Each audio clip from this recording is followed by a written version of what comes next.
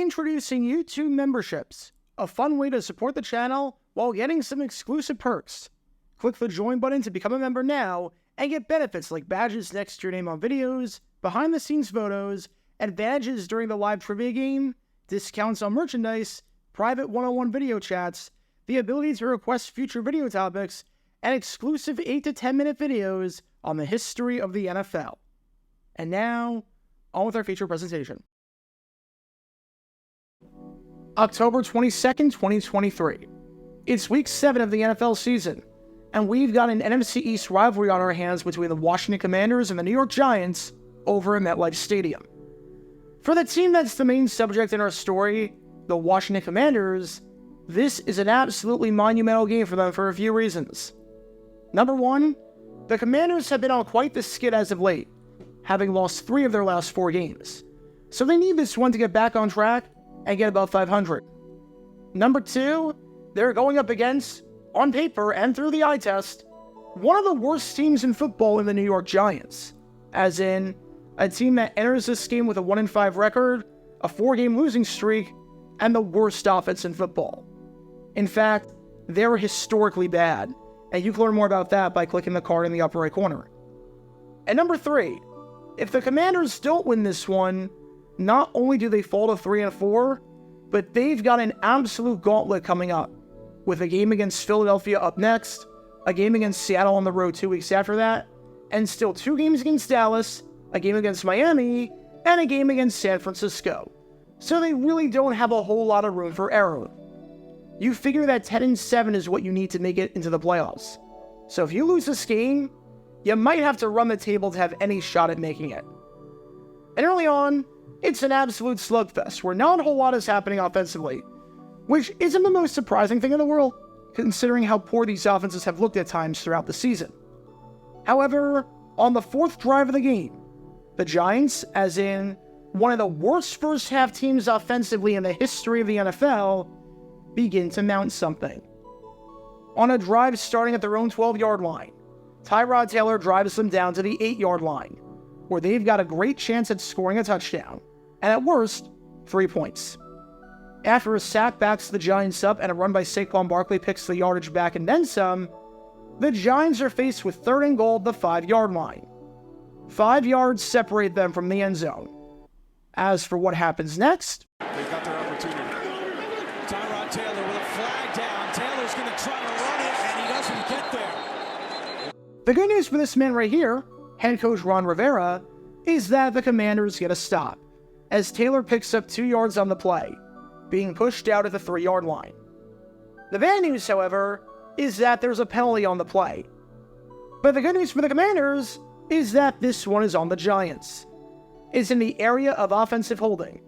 So if you're the Commanders, you absolutely did your job here.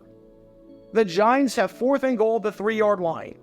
And even though it's not ideal that they're scoring 3 considering where this drive started, you at least keep them out of the end zone. The Commanders, naturally, decline the penalty and force the Giants field goal unit to step onto the offense number 67, 10-yard penalty, 3rd down. You're kidding, right? You're making them redo the down? Why? They were going to get the field goal. They weren't going for it. They were going to take the lead and take the 3 points. Everything suggested that. Why on earth did you accept the penalty? Nothing good can come from this. I promise you, Ron, nothing good can come from this. 3rd and goal. Taylor to the end zone. Whoa! Touchdown! Welcome to Dumb Decisions. Before I break down what happened here, this whole series is about taking an in-depth look at decisions made during games that were clearly awful from the start.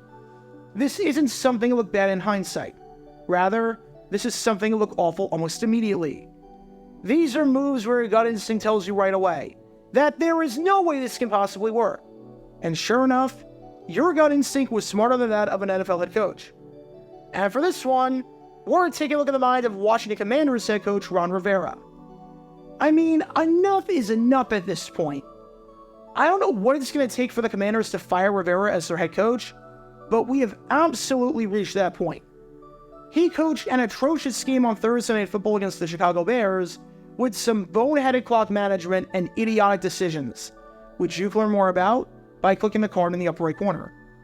He had an awful 2022 season, with the low light being the fact that he had no idea that his team could be eliminated from the playoffs with a loss, as in the absolute simplest scenario in the book. And now, you have this insane decision that no one thought was a good idea. That is, no one except for this idiot right here. So with that being said, let's take a look at why accepting a penalty on third down to give your opponent another shot at scoring a touchdown instead of declining the penalty to bring a fourth down is a really bad idea. And look, this is one of those things that is not black and white. There are absolutely times where you should accept a penalty and not necessarily bring a fourth down just because you got the stop. 4th and inches in an obvious go-for-it situation? Yeah, take the penalty and push them back. Have a chance to push them out of field goal range in a spot where they likely would have no chance at a first down anyways, like accepting a penalty to make it 3rd and 31 at the 45-yard line instead of 4th and 21 at the 35? Yeah, take the penalty and push it back. But here, in this situation right here, you're seriously going to take the penalty and give the Giants another chance at scoring? I didn't think any coach would be dumb enough to try it again after Ray Malavasi in 1980 during that game between the Los Angeles Rams and the Atlanta Falcons, in a dumb decision that you can learn more about by clicking the card in the upper right corner. But man, you found a way to outdo yourself, Riverboat Ron. You found a way. There are 2 reasons why you would ever accept the penalty to push them back, none of which apply here. Number 1, you're scared that they would go for it on 4th down, and you're playing the law of averages and thinking about the average yardage that the opposition would need per play in order to convert or score. As an example, let's say it's 3rd and 11, and it's clearly 4-down territory, seeing as the opposition is down by 5 points with a minute left. The opposition picks up 7 yards, but there's a flag on the play for offensive holding. Now, you have a decision to make. Accept the penalty and bring up 3rd and 21, or decline it and bring up 4th and 4. They have to go for it, so it comes down to 1 play for 4 yards, or 2 plays for 21, which is an average of 10.5. And here, the law of averages would say that this was the right call. In this game, 1 play for 3 yards, or 2 plays for 15 yards, which is an average of 7.5 yards. But again, that's under the assumption that the Giants go for it. And let's use our brains here. What on earth makes you think on 4th and goal at the 3-yard line that the New York Giants, with the worst offense in the NFL through 6 weeks, in a scoreless ball game, would go for it? They're taking the points. They're taking the freaking points. This drive was their 4th drive of the game. On the 2nd drive, they had a 4th and 2 just outside the red zone and had the option to be aggressive and go for it, or try the field goal. They tried the field goal. They had a 4th and 1 earlier in the game and had the option to be aggressive and go for it, or punt the ball away. They punted the ball. So based on the flow of the game, there was nothing, not one thing, that indicated anything about the Giants going for it in this spot. They would have taken the 3 from the 3-yard line, would have gone up 3-0, and would have gone from there. Your defense did its job. And yet, you send them back out for 1 more play when it made no logical sense whatsoever to do so? Why? And it's not like the Giants are a notoriously aggressive team. Last week against the Buffalo Bills, if you actually watched the film of the game, you would know that the Giants didn't go for it on 4th down until the final 2 minutes of the game, when they were trailing and they had to. Heck, they even had a 4th and 1 in the red zone, and they kicked the field goal. The week before against the Miami Dolphins, outside of the final drive where they were trailing and had to, they didn't go for it on 4th down in any situation longer than a yard. Same thing against Seattle the week before. Until the 4th quarter when they were down by 3 scores and absolutely had to, on any 4th down situation longer than a yard, the Giants sent their special teams unit on the field. They didn't even try a 4th down against the 49ers in week 3, and against the Cardinals in week 2, didn't try it on anything longer than a yard. And against the Cowboys in Week 1, they didn't even try a 4th down conversion until they were down by 4 possessions.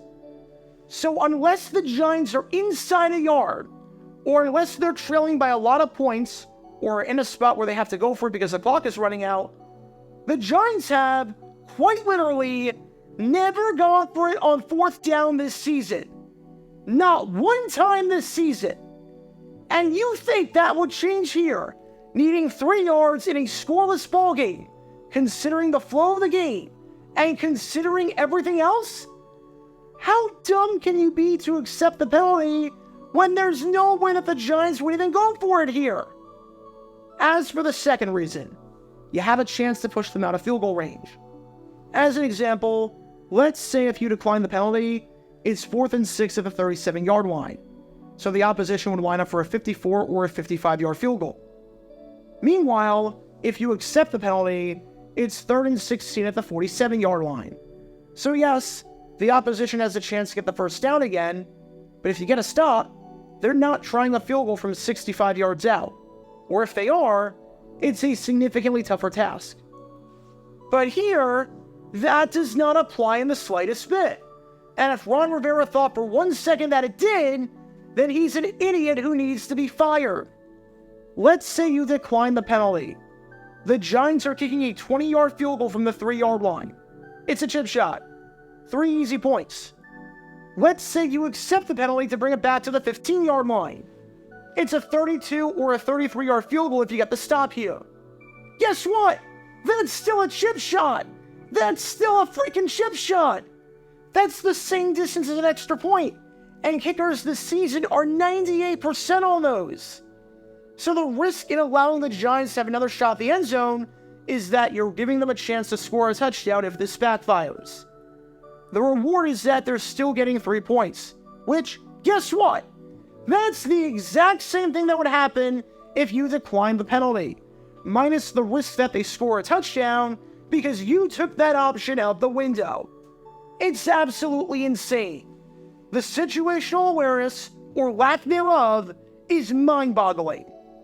And at least from everything I could tell, no one, not one single person, asked Rivera about this decision after the game. I saw the 5-minute press conference in its entirety. I saw the tweets and reports from reporters about other things that he said, like not calling a timeout at the end of the first half, and the adjustments and the poorest offensive line play for what feels like the millionth time this season, and the awful 3rd down efficiency, where they went 1 for 15. But no one asked him why he decided to accept the penalty instead of bringing up 4th down, even though that was the turning point of the entire game. I know there's a lot that would have changed, but let's call it for what it is. If Rivera declines the penalty, the Giants get 3 points instead of 7, meaning that they finish the game with 10. And this means that the Commanders, instead of going for a 4th and 5 at the end of the game, kick the field goal. Obviously, I'm not saying whatsoever that every event plays out the same exact way. But it's not like this was a decision made in a 35-0 game that meant nothing. This was a decision made that had a huge impact on the game. And no one bothered to ask him what the logic was behind that? They asked Rivera why he didn't call a timeout after a 3rd and 12 stop at the end of the first half to try and get the ball back, even though that would have meant absolutely nothing barring something crazy, seeing as Washington would have gotten the ball back with around 18 seconds at their own 20-yard line or thereabout, and would have just taken a knee going into the half. But they didn't ask about this gaffe? Really asking the hard-hitting questions there. I'm honestly disgusted that no one asked about this play when it was the biggest play of the game, and without a doubt, the most controversial. Either no reporter was paying attention, no reporter wanted to do their job and ask the hard-hitting questions, or the traffic in the New York, New Jersey area was so bad that no one arrived at the stadium until midway through the second quarter. Just pathetic. Pathetic on so many levels. At the end of the day, this is a Commanders team that is going so far backwards on a week-to-week basis and is getting worse and worse as the season is going on. After starting the season 2-0, they have now dropped 4 of their last 5 games. And it all starts with a man in charge and who is making absolutely idiotic decisions left, right, and center. head coach Ron Rivera. When it comes to the game between these two teams behind me right here, I don't know what he was thinking. I don't know why in any situation you would accept the penalty and give the Giants another shot at scoring a touchdown when your defense did its job and was going to hold them to 3 points. But by Rivera's logic, whatever it was, since no one asked him the question, that was the right call. By Rivera's logic, that was the thing to do. I don't get it at all, and I don't think anyone does. So what do we learn from all of this? If your opponent is going to kick the field goal on 4th down, then let them kick the field goal on 4th down. Don't give your opponent extra chances for no reason whatsoever when they weren't going to use those extra chances in the first place had you not given it to them.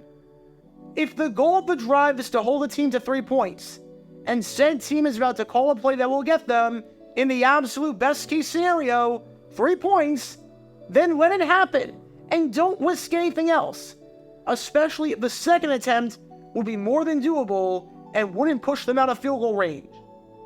And if you're Ron Rivera, it might be time to start looking at other lines of employment, because your time as a head coach is going to be incredibly limited going forward. I'll just put it like that. Because when all of these elements are in play, you can't exactly be surprised when this play backfires. Talk about a dumb decision. Get your official Jaguar Gear 9 merchandise by going to jj9shop.com, and be sure to like and subscribe, as it really helps the channel out a lot. Join me every Wednesday night where we'll play NFL Trivia for cash prizes at 9 p.m. Eastern over on Twitch. To learn more about the history of college football, subscribe to Jaguar Gator 8. To learn more about the history of Major League Baseball, subscribe to Jaguar Gator 7. Also, special thanks to all of our Patreon supporters for helping out the channel. Your support is greatly appreciated. See how you can become a patron and request future video topics in the description below.